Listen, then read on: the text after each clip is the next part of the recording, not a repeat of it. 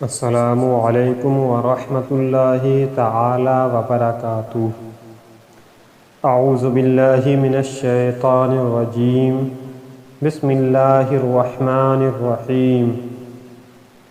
ما یود الذین کفروا من اہل الکتاب ولا المشرکین ان ینزل علیکم من خیر من ربکم واللہ یختص برحمتہ من یشاء واللہ ذو الفضل العظیم۔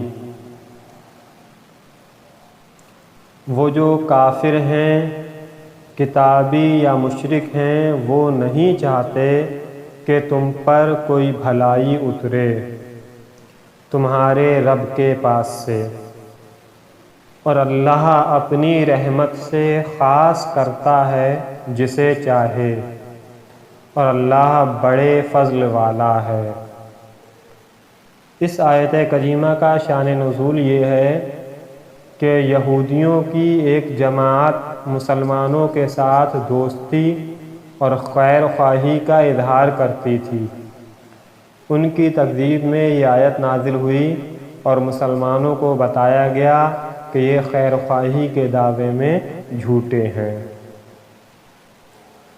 ما ننسخ من آیت او ننسها ناتی بخیر منہا او مثلہا الم تعلم ان اللہ علی کل شیء قدیر۔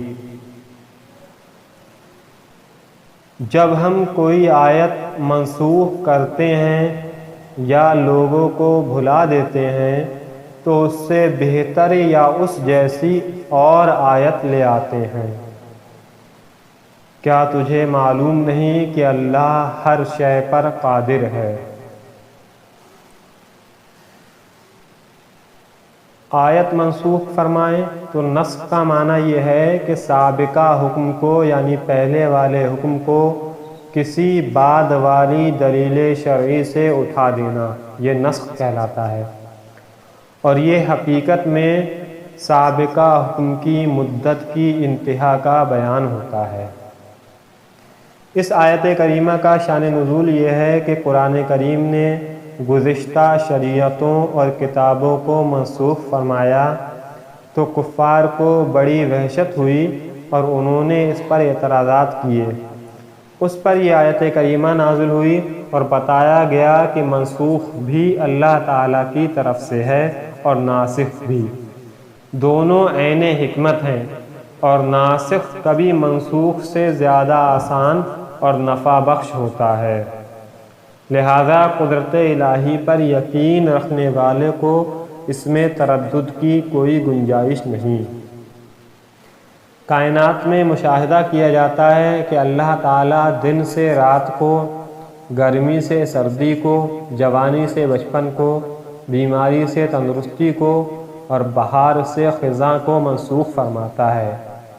یہ تمام نسخ و تبدیلی اس کی قدرت کے دلائل ہیں، تو ایک آیت اور ایک حکم کے منسوخ ہونے میں کیا تعجب؟ نسخ حقیقت میں سابقہ حکم کی مدت کا بیان ہوتا ہے کہ وہ حکم اس مدت کے لیے تھا اور اب وہ مدت پوری ہو گئی۔ صرف یہ تھا کہ ہمیں وہ مدت معلوم نہ تھی اور ناسخ کے آنے سے معلوم ہو گئی۔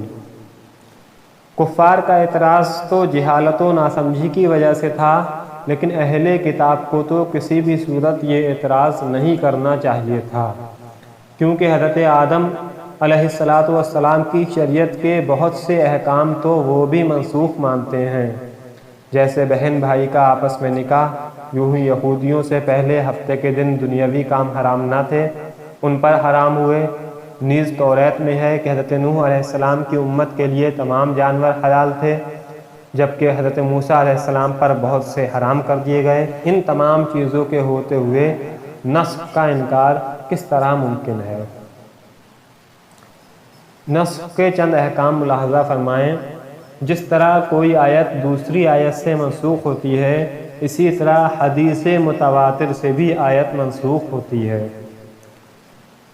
کبھی صرف تلاوت منسوخ ہوتی ہے اور کبھی صرف حکم منسوخ ہوتا ہے، اور کبھی تلاوت و حکم دونوں منسوخ ہوتے ہیں۔